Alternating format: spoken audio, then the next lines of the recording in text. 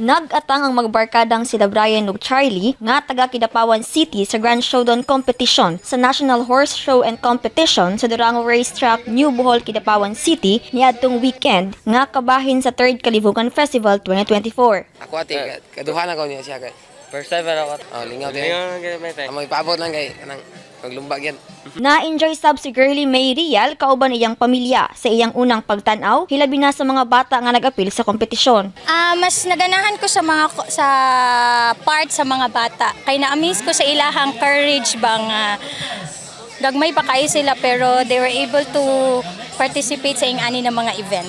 Ang mga tao were able to experience kung unsa ning ingani nga mga activities po. Makita nila kung ma-enjoy nila kung unsa ang activity nga ingani, sir.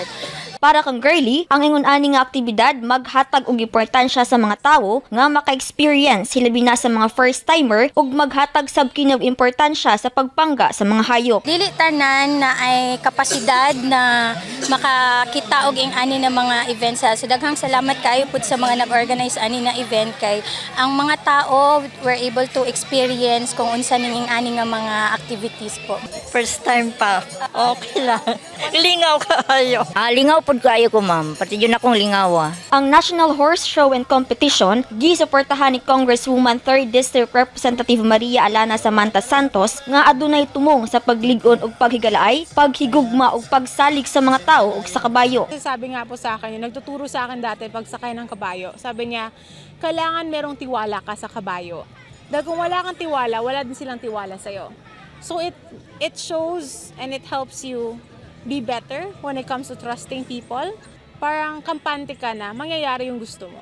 This horse show invites everyone from Mindanao to come together and to celebrate unity, to celebrate maybe being neighbors and at the same time trusting one another. Giimbitahan sab niini ang mga taga Mindanao nga mobisita sa Cotabato ug muduyog sa selebrasyon sa Kalibungan Festival nga nagsugod kagahapon Agosto 26 hangtod Setyembre 1. I guess I just want to invite everyone to come over because slowly, Kalibungan isn't just a celebration of Cotabato or the Cotabateños. It is a celebration of life. Samtang gidasig sab ni focal person Romeo Lusfa ang ubang LGU nga maghimo og ingon-ani nga aktibidad para malikayan ang horse fight. Gina-encourage sa mo ang tanang mga local government units to make horse show and competition as integral part of their celebration. Tungod sa iyang historical significance, tungod kay it is a sports nga makarelate ang tibuok pamilya, and tungod it is veering away, our way of veering away from horse fight, which is animal cruelty.